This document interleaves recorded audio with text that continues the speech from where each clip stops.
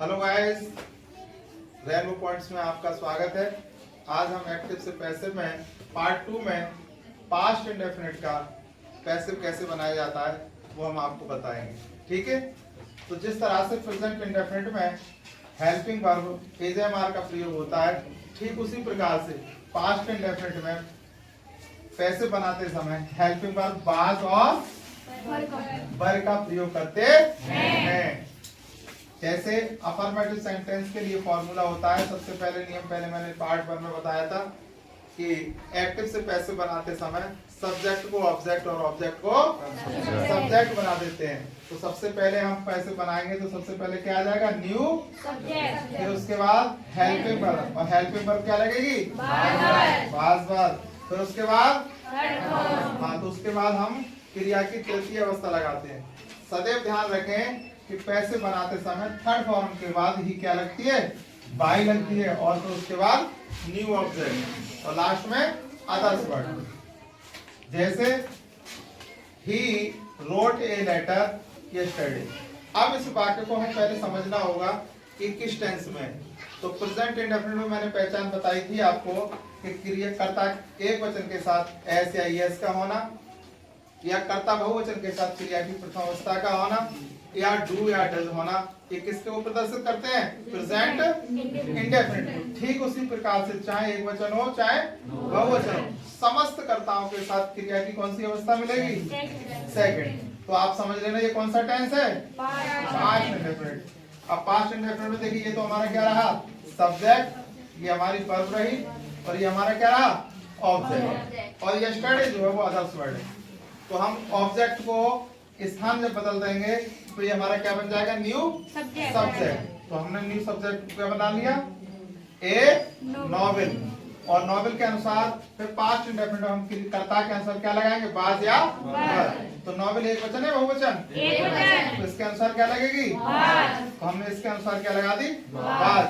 फिर मुख्य क्रिया की तृतीय अवस्था लगाते हैं, तो रोट की सेकंड फॉर्म और सेकंड फॉर्म थर्ड फॉर्म इसकी होती है रिटन। क्या होती है, रिटन। फिर न्यू ऑब्जेक्ट से पहले हम क्या लगाते हैं, बाई लगाते हैं। बाई लगाने का बी का ऑब्जेक्ट होता है अस, तो हमने अस लगा दिया। ठीक, अन्य शब्द जो पीछे होते हैं उसे पीछे लगा देते हैं। ठीक उसी प्रकार से अब दूसरा कंडीशन आती है सेंटेंस की नेगेटिव। नेगेटिव में क्या करते हैं कि हम थर्ड फॉर्म से पहले किसका प्रयोग करते हैं, नॉट का प्रयोग, और इसमें तुम्हें डिड नॉट मिलेगी। क्या मिलेगी, डिड के साथ क्रिया की कौन सी अवस्था मिलेगी, फर्स्ट फॉर्म। जैसे he did not play football in the park. अब इसमें ही हमारा सब्जेक्ट है, डिड नॉट प्ले हमारी वर्ब है, और फुटबॉल हमारा क्या है, ऑब्जेक्ट। ऑब्जेक्ट को हमने क्या बना दिया, सब्जेक्ट बना दिया। डिड को हमने किस में बदल दिया, पास में। थर्ड फॉर्म से पहले हमने क्या लगा दी, नॉट, और प्ले की थर्ड फॉर्म होती है प्लेड। ही का ऑब्जेक्ट हमारा क्या होता है, हिम, और बाई लगा दिया। इस तरह से हमारा ये नेगेटिव सेंटेंस हमारा पास्ट इंडेफिनिट का हो गया। ठीक, ध्यान दें, अगली स्टेप आती है हमारी इंट्रोगेटिव सेंटेंस। कौन सी आती है, इंट्रोगेटिव सेंटेंस को हम दो प्रकार से बनाते हैं, एक तो हेल्पिंग वर्ब से स्टार्ट होता है और दूसरा क्वेश्चन वर्ड से। तो देखिए, जैसे इंट्रोगेटिव यदि हमारा हेल्पिंग वर्ब से बनता है तो उसके लिए फार्मूला होता है कि सबसे पहले हेल्पिंग वर्ब मिलेगी आपको, और पास्ट इंडेफिनिट में हेल्पिंग वर्ब क्या मिलेगी, डिड मिलेगी। डिड के बाद सब्जेक्ट, और सब्जेक्ट के बाद थर्ड फॉर्म, और फिर बाई, और फिर बाई ऑब्जेक्ट। जैसे did you eat the fruit.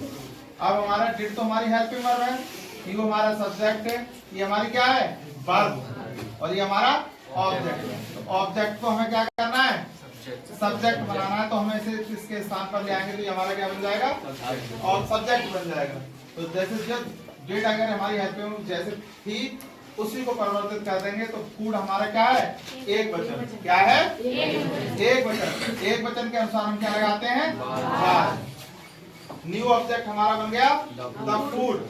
ईट की थर्ड फॉर्म क्या होती है, ईटिंग, और थर्ड फॉर्म के बाद तुरंत हम क्या लगाते हैं, बाई।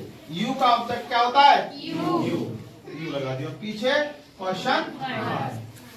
दूसरी स्टेप्स होती है हमारी कि हमारा क्वेश्चन वर्ड से आरंभ होना। किससे होना, क्वेश्चन वर्ड से। जैसे भाई did you beat your brother, तो भाई हमारा क्या है, क्वेश्चन वर्ड। क्या है? क्वेश्चन वर्ड को हम जो कहते हैं उतार देते हैं। उसके बाद हमें तो केवल क्या करना है, एक रूल होता है कि सब्जेक्ट को ऑब्जेक्ट और ऑब्जेक्ट को सब्जेक्ट बनाना। तो यू हमारा सब्जेक्ट है और योर ब्रदर हमारा क्या है, ऑब्जेक्ट। इसको भी जब हम इसके स्थान परिवर्तन कर देंगे, क्या कर देंगे, स्थान परिवर्तित कर देंगे, तो ये हमारा सब्जेक्ट का ऑब्जेक्ट बन जाएगा और ऑब्जेक्ट का सब्जेक्ट। तो भाई योर ब्रदर हमारा एक वचन है, उसके अनुसार हमने हेल्पिंग वर्ब क्या लगाई, was. Your brother beaten by you. तो इस प्रकार से ये वाक्य बन जाएगा, भाई was your brother beaten by you. ठीक है।